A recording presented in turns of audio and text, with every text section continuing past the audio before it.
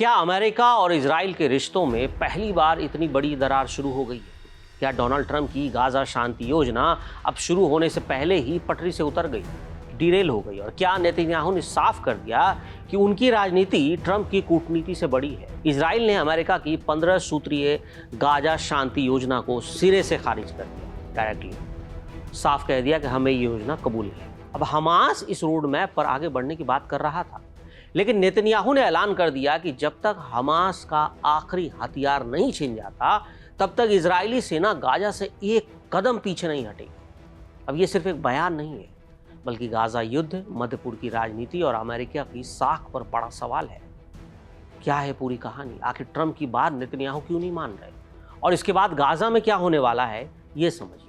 अब इजराइल और अमेरिका के बीच पिछले कुछ घंटों में जो हुआ, उसने गाजा युद्ध को लेकर तमाम उम्मीदों पर बड़ा सवाल खड़ा कर दिया। दुनिया जिस पल का इंतजार कर रही थी कि वो एक शायद शांति की दिशा में एक कदम हो सकता था, लेकिन अब तस्वीर बिल्कुल उलट चुकी है। अब इजराइल के प्रधानमंत्री बेंजामिन नेतन्याहू ने अमेरिकी समर्थित 15 सूत्रीय गाजा शांति योजना को आधिकारिक तौर पर रिजेक्ट कर दिया। यरूशलेम में कैबिनेट बैठक के दौरान नेतन्याहू ने साफ कह दिया कि इजराइल इस दस्तावेज को एक्सेप्ट नहीं करता, और जब तक हमास पूरी तरह हथियार नहीं छोड़ता तब तक इजरायली सेना यानी आईडीएफ गाजा से कोई भी एक कदम पीछे नहीं करने वाली और वो वापस नहीं होगी। अब नेतन्याहू ने सिर्फ योजना का विरोध नहीं किया है, बल्कि अपनी सबसे कठोर लाइन भी दोहरा दी है। उन्होंने क्या कहा कि जब वे हमास के निरस्त्रीकरण की बात करते हैं तो इसका मतलब सिर्फ भारी हथियारों से नहीं है, रॉकेट लॉन्चर की बात नहीं हो रही है। इसका मतलब है हर तरह के हथियारों से, चाहे वो रॉकेट हो, मोर्टार हो, असॉल्ट राइफल या कोई भी हथियार। नेतन्याहू ने यह भी कहा कि इजराइल अमेरिका के साथ बातचीत कर रहा है, लेकिन सुरक्षा से जुड़े मामलों में वो किसी बाहरी दबाव के सामने झुकने वाला नहीं है। नेतन्याहू ने साफ संकेत दे दिया कि जरूरी हुआ तो इजराइल अपने सबसे करीबी मित्र अमेरिका से भी असहमति रख सकता है। अब असल में ये विवाद जिस योजना को लेकर है, वो अमेरिका के लीडरशिप में बने बोर्ड ऑफ पीस नाम के ढांचे से जुड़ा है। ये संस्था गाजा युद्ध के बाद की व्यवस्था और वहां जो पुनर्निर्माण होगा उसके लिए बनाई गई थी। याद कीजिए, इसके लिए पाकिस्तान को भी न्योता दिया गया था और इसी बोर्ड ने 15 सूत्रीय रोड मैप तैयार किया था। अब योजना का मकसद था, एक तरफ हमास चरणबद्ध तरीके से हथियार छोड़ेगा और दूसरी तरफ इजराइल की सेना भी गाजा से पीछे हटेगी। साथ ही गाजा में नई प्रशासनिक व्यवस्था बनाई जाएगी और पुनर्निर्माण शुरू होगा। लेकिन योजना के मुताबिक हमास को अपने भारी हथियार, रॉकेट भंडार और दूसरे सैन्य संसाधनों को अंतर्राष्ट्रीय निगरानी में सौंपना था। ऐसा नहीं कि कहीं जाकर सौंप देते। इसके जो एक कमेटी बनेगी वो उसके सामने हमास सरेंडर करता है और इसके बाद गाजा के प्रशासन को एक नई तकनीकी और गैर राजनीतिक व्यवस्था का साथ दिया जाना था। अब सुरक्षा की जिम्मेदारी एक अंतर्राष्ट्रीय कमेटी संभालती और धीरे धीरे स्थानीय संस्थाओं को मजबूत किया जाता। अब इस रोड मैप का सबसे महत्वपूर्ण हिस्सा था सैन्य वापसी और निरस्त्रीकरण का मॉडल। ये दो चीजें थी। सैन्य वापसी किसकी? इजराइल की। और निरस्त्रीकरण कौन करता? हमास। यानी हमास हथियार छोड़ता जाता और उसके साथ इजराइल भी गाजा से पीछे हटता जाता। लेकिन नेतन्याहू की समस्या यही है, वो चाहते हैं कि पहले हमास पूरी तरह से निहत्था हो, उसके पास कोई हथियार ना हो, उसके बाद इजराइल सैन्य वापसी पर चर्चा करेगा। और यहीं से अमेरिका और इजराइल के बीच मतभेद खुलकर सामने आ गए हैं। और डोनाल्ड ट्रंप ने जुलाई के आखिर में दावा किया था कि उनकी पहल के तहत बड़ा ब्रेक थ्रू हुआ है। उन्होंने कहा था कि हमास और दूसरे सशस्त्र समूह निरस्त्रीकरण के लिए तैयार है और ये समझौता गाजा में स्थायी शांति की दिशा में ऐतिहासिक कदम साबित हो सकता है। हमास की तरफ से पहले ही संकेत दे दिया गया था कि वो हथियार छोड़ने की प्रक्रिया तभी शुरू करेगा जब इजराइल हवाई हमले रोके और सेना की वापसी शुरू करे।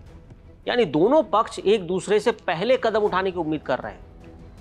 हमास कहता है कि इजराइल पीछे जाए तभी हम निरस्त्रीकरण करेंगे, और इजराइल का कहना है कि पहले हमास हथियार छोड़े तब हम पीछे जाएंगे। और यही कारण है कि जिस समझौते को ट्रंप सफलता बता रहे हैं वो लगभग अटक गया है, वो उसका पता नहीं क्या होगा। अब नेतन्याहू के बयान का एक और हिस्सा बेहद महत्वपूर्ण है। उन्होंने कहा कि जब तक वे प्रधानमंत्री हैं तब तक ना गाजा में और ना ही वेस्ट बैंक में कोई फिलिस्तीनी राज्य बनेगा।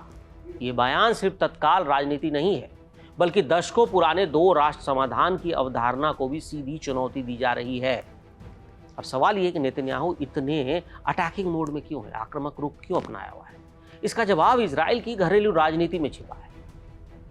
अब इजराइल में अक्टूबर में चुनाव होने हैं और नेतन्याहू पर उनके राइट विंग सहयोगियों का दबाव लगातार बढ़ रहा है।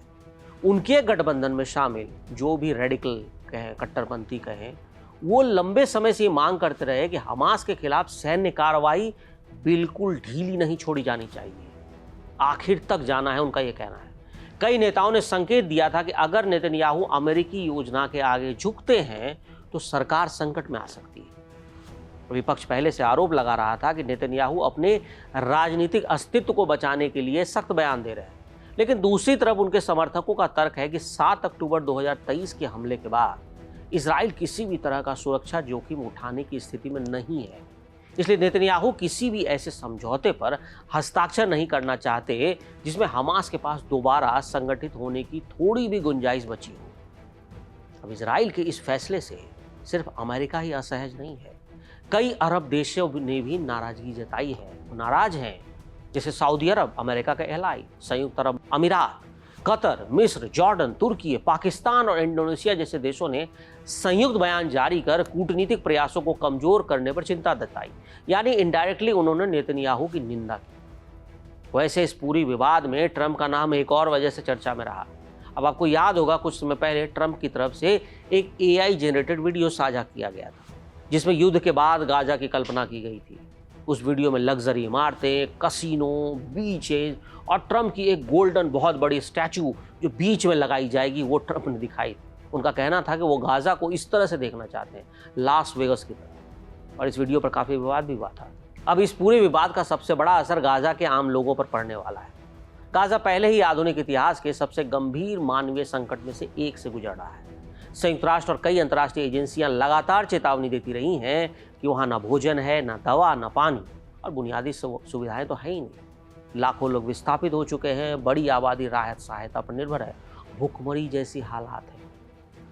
जहाँ तक मौतों का सवाल है, गाजा के स्वास्थ्य मंत्रालय और विभिन्न अंतर्राष्ट्रीय रिपोर्टों के मुताबिक अक्टूबर 2023 से अब तक 73,000 से अधिक फिलिस्तीनी मारे जा चुके हैं। ये अलग अलग इंडिपेंडेंट रिपोर्ट है, आंकड़ा इससे भी ज़्यादा हो सकता है। अब जरा गाजा को भी आप समझ लीजिए। गाजा पट्टी का कुल क्षेत्रफल लगभग 365 वर्ग किलोमीटर है, लंबाई 41 किलोमीटर और चौड़ाई 6 से 12 किलोमीटर के बीच लंबा है बिल्कुल। अब इतने छोटे इलाके में 20 लाख से ज़्यादा लोग रहते हैं, घनत्व समझिए।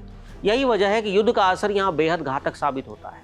आबादी का घनत्व बहुत अधिक है और किसी भी सैन्य कार्रवाई का असर सीधे नागरिकों तक पहुँचता है। सवाल ये भी कि अब ट्रंप क्या करें, क्या वह नेतन्याहू पर दबाव बढ़ाएंगे या फिर योजना में संशोधन करके दोनों पक्षों को फिर से बातचीत की मेज पर लाने की कोशिश करेंगे। फिलहाल इसका जवाब किसी के पास नहीं है, लेकिन एक बात साफ है, गाजा युद्ध को खत्म करने का जो रास्ता पिछले कुछ दिनों से बनता हुआ दिखाई दे रहा था वो अचानक एक रोड ब्लॉक पर आकर टिक गया है। नेतन्याहू ने अपनी लाल रेखा खींच दी है, हमास अपनी शर्तों पर अड़ा है और अमेरिका इस बीच में फंसा है। और सबसे ज्यादा कीमत अब भी गाजा के आम नागरिक ही चुका रहे हैं।